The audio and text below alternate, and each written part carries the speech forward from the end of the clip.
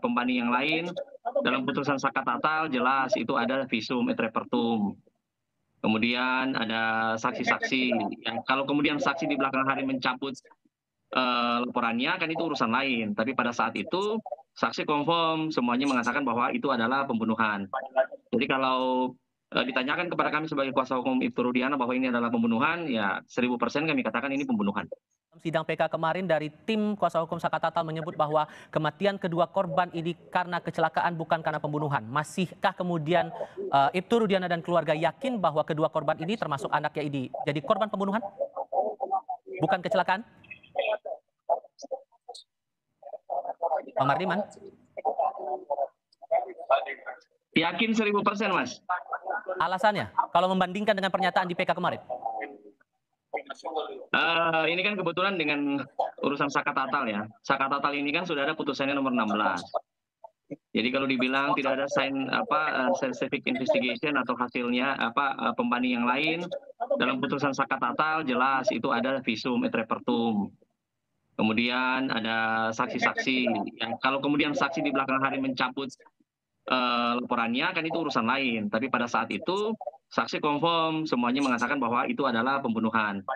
Jadi kalau ditanyakan kepada kami sebagai kuasa hukum Ibtu Rudiana bahwa ini adalah pembunuhan, ya 1000% kami katakan ini pembunuhan. Oke, kalau kemudian di dasar dari penyampaian PK kemarin diduga karena keduanya adalah korban kecelakaan, menurut Anda masuk akal tidak? Tidak, kan masih diduga dan masih katanya. Ya silakan aja dibuktikan di pengadilan. Tapi kita juga sudah mengajukan amicus curiae, kita juga akan hadir kok di pengadilan. Biar kita adu saja datanya dan faktanya. Bang Farhad dari keluarga Ibtu Rudiana masih meyakini bahwa ini kasus pembunuhan bukan kecelakaan. Jadi dari bukti baru kemarin itu kunciannya atau bukti kuat mana yang akan dijadikan dorongan buat teman-teman di PK ini? Ya, kalau kita melihat dari bukti goresan motor aja di sebelah kanan dan luka-luka semua korban sebelah kanan semua, termasuk daging yang nyangkut di mor sebelah kanan juga gitu. Artinya kalau pembunuhan ini masa orang mati semua di sebelah kanan semua dibunuh gitu.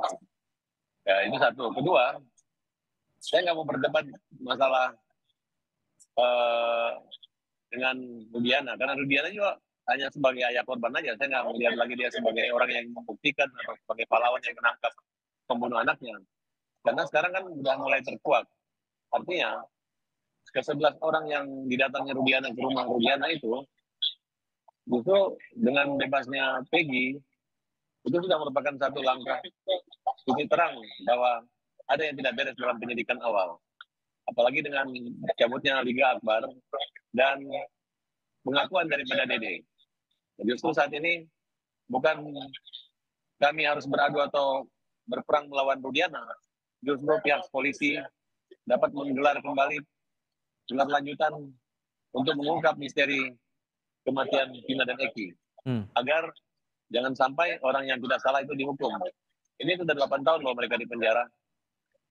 Dan saya meminta supaya Rudiana tidak usah menggunakan manuver dengan menggunakan lebih dari 60 pengacara.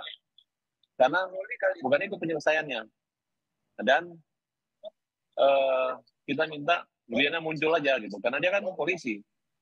Jangan sembunyi kemudian ketika terjadi hal seperti ini membuat satu kegaduhan dan kericuhan. Karena ini menyangkut nama baik institusi Polri. Jadi dia sebenarnya tidak kita persalahkan. Tapi seandainya beliau bisa menemukan pembunuh anaknya atau minimal menyadari ternyata anaknya bukan meninggal karena pembunuhan. Hal apa yang dinantikan oleh pihak kuasa hukum Saka Tatal dengan pernyataan Rudiana kalau kemudian Anda meminta Rudiana muncul saja ke publik? Ya, ketidakmunculan Rudiana itu adalah dia menyadari bahwa apa yang dia telah lakukan itu sudah terungkap, dan kalau dia nongol dia pasti malu gitu. Dikirimlah orang-orang yang malu, yang tidak malu kalau berdebat, orang yang suka berteriak-teriak, orang yang suka ngamuk-ngamuk, itu yang dikirim sama Rudiana. Siapa itu yang ngamuk-ngamuk dan suka teriak-teriak gitu? Ya, orang-orang yang saya nggak bicara menyebut nama gitu ya, tapi yang jelas yang saat ini dari orang yang menggunakan surat kuasa dari Rudiana itulah orang yang suka ngamuk-ngamuk. Jangan ditanya sama saya lagi. Justru kita mau siapa lagi yang Jangan lari dari ditambahkan? konteks. Oke, tahan dulu Bang Farhan. Saya kasih kesempatan Bang Mardiman. Kenapa kok sampai sekarang belum ada klarifikasi muncul ke publik dari Pak Rudiana menjelaskan soal benang merah masalah ini? Akan muncul pada saatnya. Kemudian Pak Rudiana mau pakai 60 pengacara kayak mau pakai 100 pengacara kayak itu akan hak warga negara. Biasa aja. Jadi tidak akan ada fakta yang kita tutup-tutupi ya. Kita akan buka semuanya. Tadi kan saya sudah bilang di awal ya, bahkan di Kompas Pagi tadi saya bilang membebaskan 1.000 orang bersalah lebih mulia daripada menghukum 1 orang tidak bersalah. Kami pun selalu pada anggapan bahwa belum tentu ya, kalaupun saya tetap pada pendirian bahwa ya kita sekarang jangan saling kita buka saja kebenaran yang sesungguhnya. Jadi kenapa Ibtu Rudiana lambat muncul atau belum muncul sampai sekarang? Bagaimanapun beliau adalah seorang anggota polisi aktif yang pasti punya aturan dan rambu-rambu untuk muncul.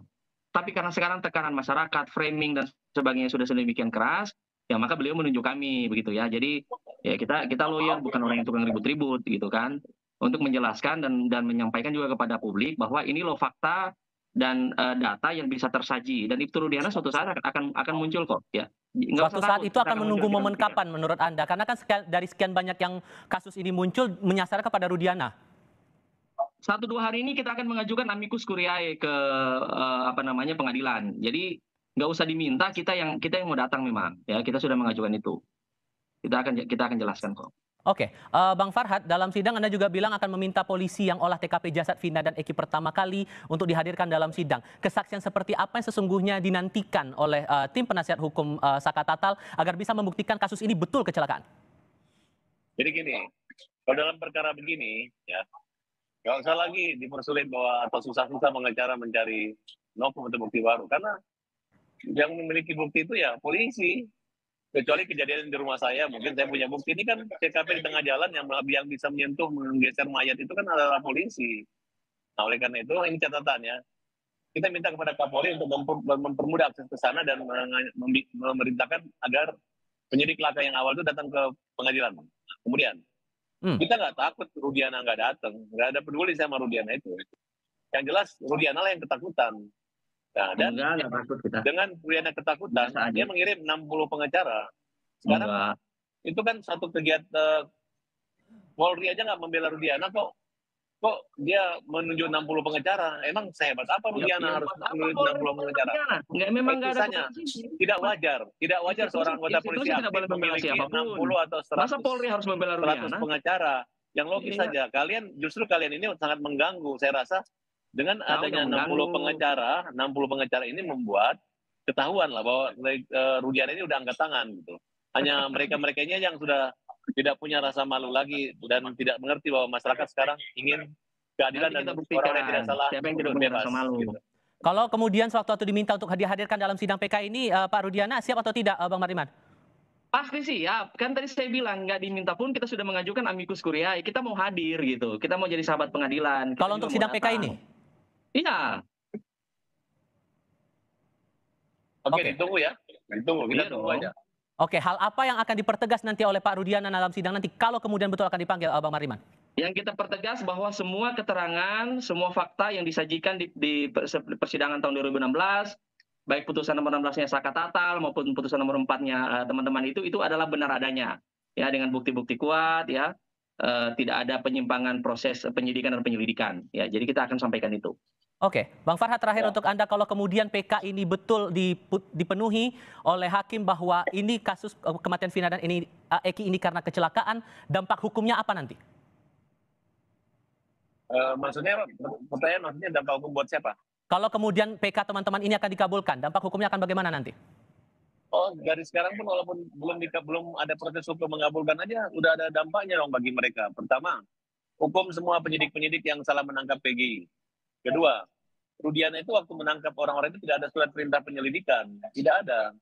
Nah, dan banyak kita temukan surat-surat yang sifatnya rekayasa yang dibuat, diatur.